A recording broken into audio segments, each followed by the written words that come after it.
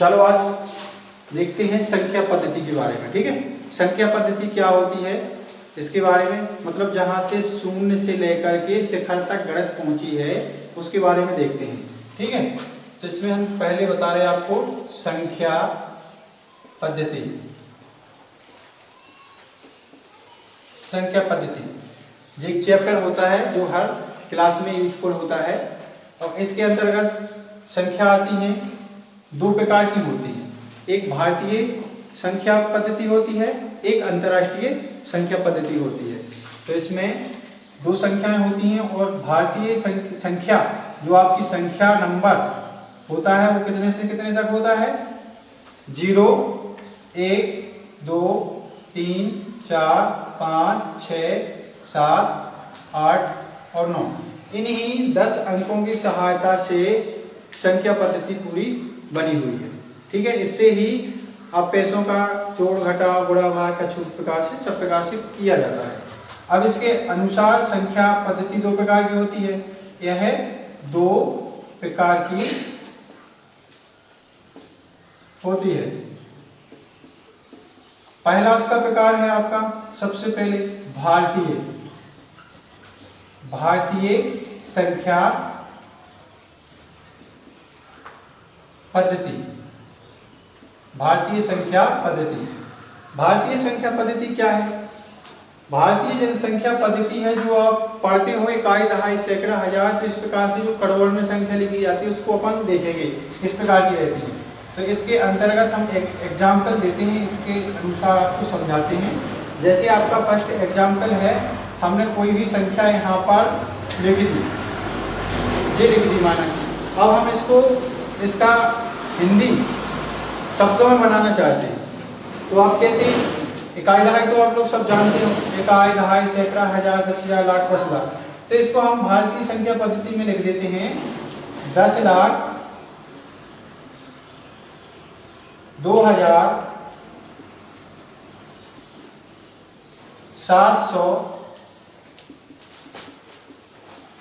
724। इस प्रकार से इसको लिख दिया जाता है। अगर करोड़ में हो तो करोड़ में लिख देते हैं, 10 करोड़ में हो 10 करोड़ में लिख देते हैं। अब इसके बाद अरब में हो तो अरब में भी लिख देते हैं। ठीक है, जैसे हम एक एग्जाम्पल आपको दूसरा देते हैं, करोड़ में दे रहे हैं, ऐसे लिख दिया हमने। इस प्रकार से कोई भी संख्या लिख दी। ठीक है, इकाई, दहाई, सैकड़ा, हजार, 10,000, लाख, 10 लाख, करोड़। मतलब जो इसको लिखा जाएगा, इसके आगे कितना अंक है? 1, मतलब तो 1 ही करोड़ आएगा। तो यहाँ लिखेंगे आप 1 करोड़, 1 करोड़ हो गया। अब यदि नहीं बनता है डायरेक्टली तो फिर से आप 1 करोड़ के बाद की संख्या देखेंगे, इकाई, दहाई, सैकड़ा, हजार, 10,000, लाख, मतलब 2 लाख। 1 करोड़, 2 लाख, 1 करोड़, 2 लाख, 2 लाख हो गया। 49,000, 49,600 कितनी? 24। ठीक है, इस प्रकार से अपन इस संख्या पद्धति के बारे में समझ लिया होगा। अब दूसरी आती है आपकी अंतरराष्ट्रीय संख्या पद्धति।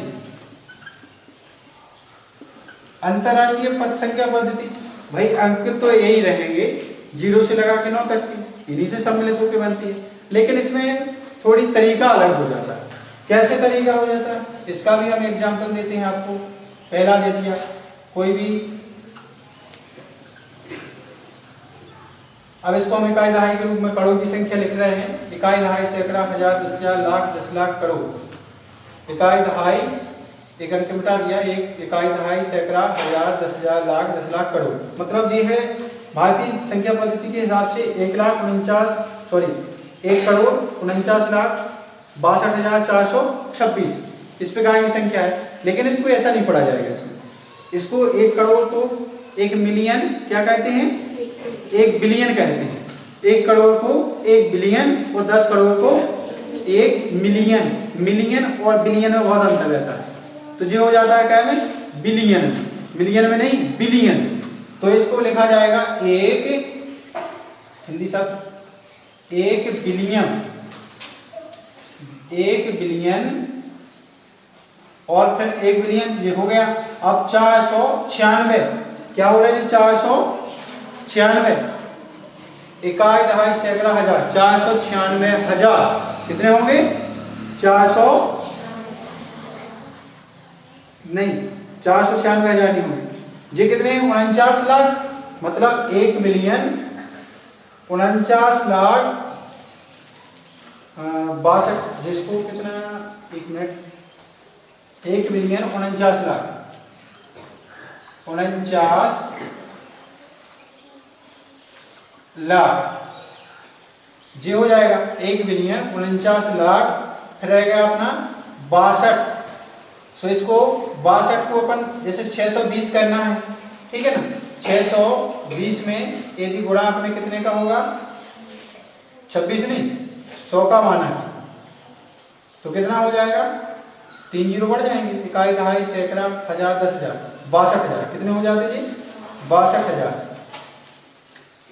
1 बिलियन 49 लाख 62,000, 62,000 कितने? 426, ठीक है। और इसी को इस प्रकार से और लिख सकते अपन, जैसे दूसरा है इकाई दहाई सैकड़ा हजार 10,000 लाख 10 लाख करोड़ 10 करोड़। अब 10 करोड़ के लिए अपन क्या लिख सकते हैं? 1 मिलियन, 1 मिलियन ये हो गया। अब आपको कितना रह गया? इकाई दहाई सैकड़ा हजार 10,000 लाख 10 लाख। वैसे 10 लाख आप इसको कैसे लिख सकते हो?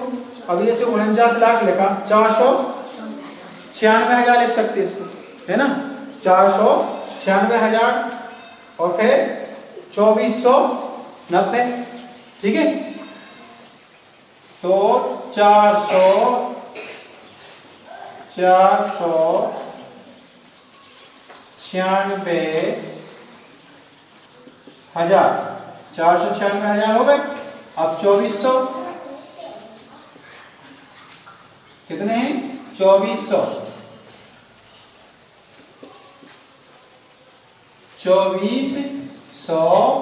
कितने? 90। इस प्रकार से यहां भी अपन पॉइंट चेंज कर सकते हैं। जैसे 1 मिलियन हो गया था, 400 क्या लिख सकते थे? 400 जी कितना है? 496, इसका भी 496,000, फिर कितना? 2400 जो का 2426, इस प्रकार से इसको लिखा जा सकता है, ठीक है। तो इस प्रकार से मिलियन जो भारतीय संख्या पद्धति और अंतरराष्ट्रीय संख्या पद्धति होती है, जो मिलियन की कहीं भी बात आ जाए तो समझ लेना आप यहाँ पर अंतरराष्ट्रीय पद्धति आ गई है, ठीक है। अब इसको हम संख्या के बताते हैं प्रकार, नंबर ऑफ सिस्टम, ठीक है। ये आपको हम रब कर देते हैं, आ गया होगा समझ में, तो आगे देखेंगे।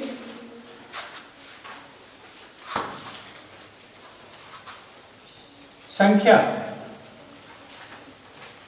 नंबर, जी कितने प्रकार की होती है ये भी पता होना चाहिए। संख्या अभी जो हमने लिखा है 0 से लगा के 9 तक की होती है संख्या, ठीक है। अब इसके अंतर्गत आती है सम संख्या, विषम संख्या।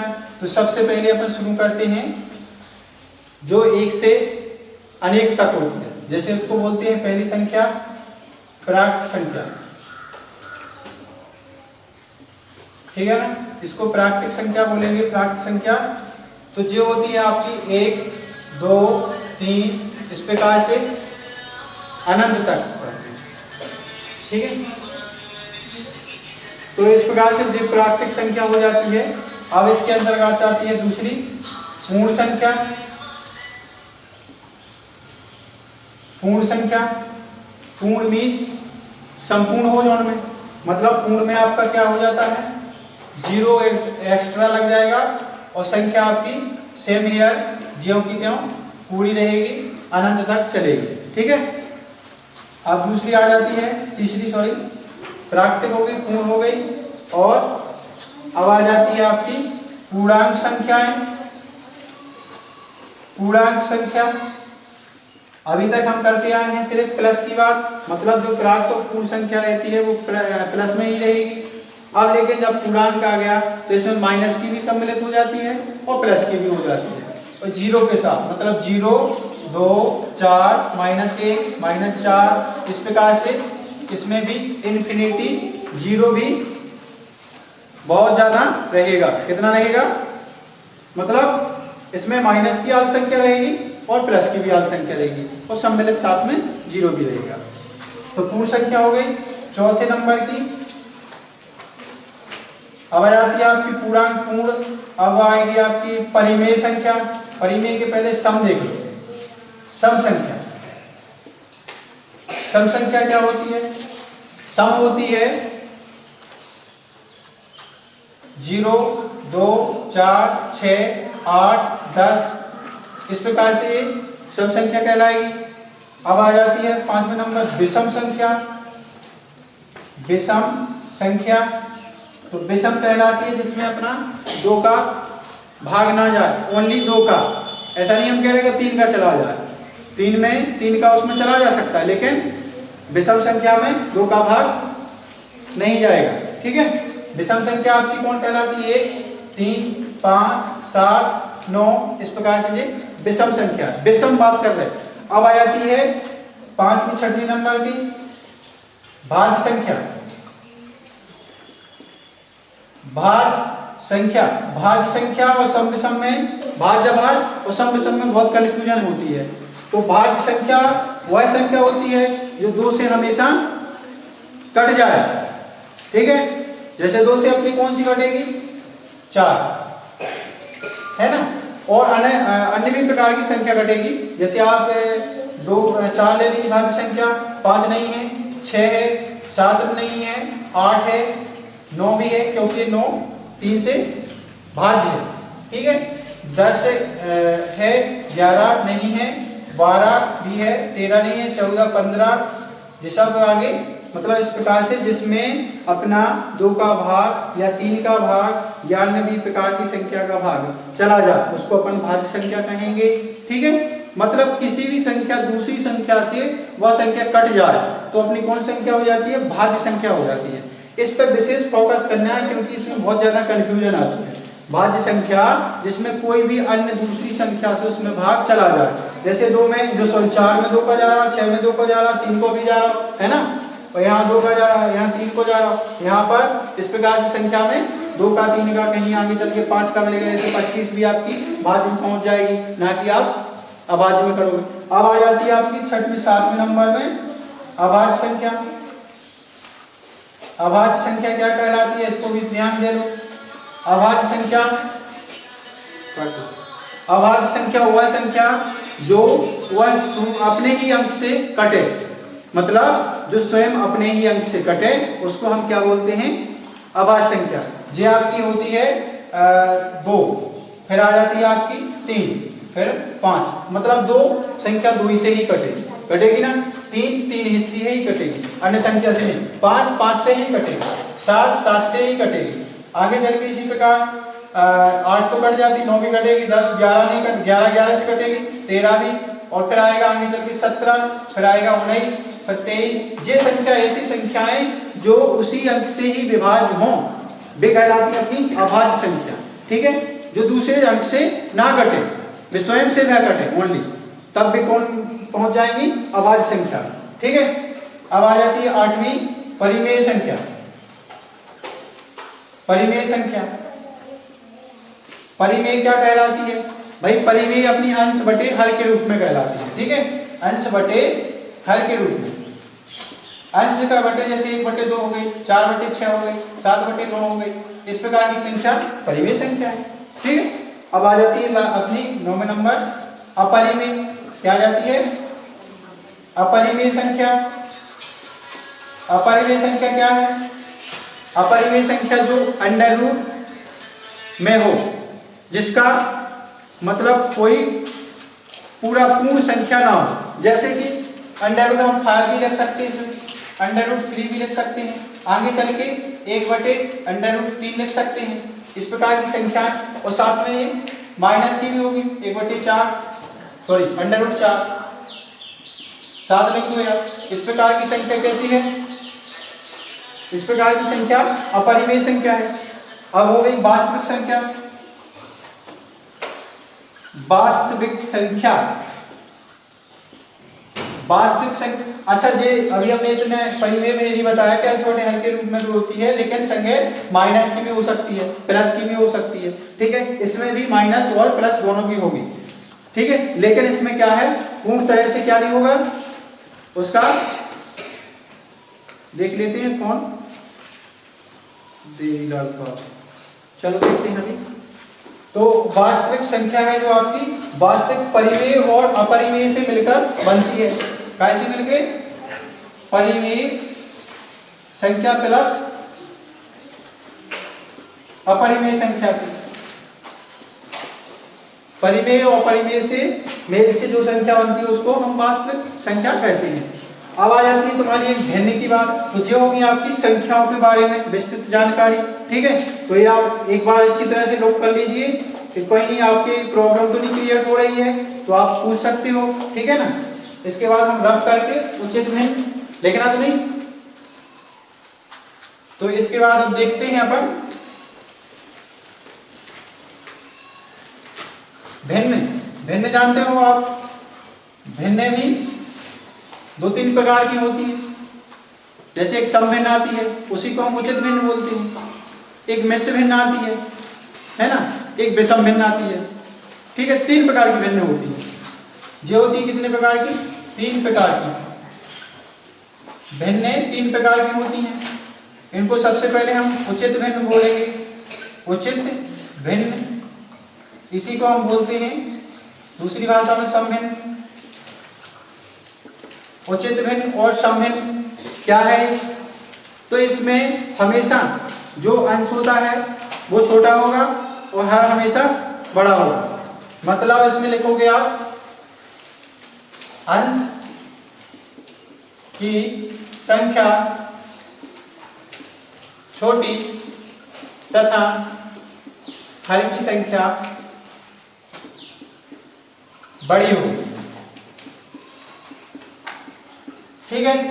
अब जैसे हम इसका एग्जाम्पल भी दे दें, समझ गए होंगे आप। 1/4, 2/6, 7/9, मतलब हमेशा नीचे की ही संख्या आपकी बड़ी रहेगी, ठीक है ना। अब आ गई उचित भिन्न के बाद विषम भिन्न। विषम भिन्न, विषम भिन्न क्या कहलाती है?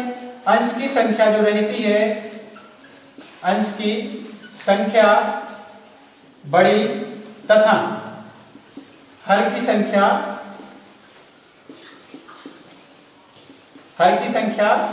छोटी रहेगी, छोटी होगी। ये इसकी डेफिनेशन है। एग्जाम्पल भी देख लो। 8 जैसे हमने 5 लिख दिया, 6/3 लिख दिया और 3/7 लिख दिया। इस प्रकार की जो भी 7/3, जो ऊपर संख्या रहेगी वो आपकी रहेगी बड़ी और नीचे रहेगी छोटी। अंश की संख्या बड़ी और हर की छोटी, इसको हम उचित भिन्न, विषम भिन्न। अब आ जाती है आपकी मिश्र भिन्न। मिश्र भिन्न, मिश्र भिन्न में ये नहीं कह सकते आप कि जो समभिन्न है या विषम भिन्न है। मिश्र भिन्न जो सार्थक होता है, सही में कोई भी मान रहेगा उसका, मतलब मिश्र भिन्न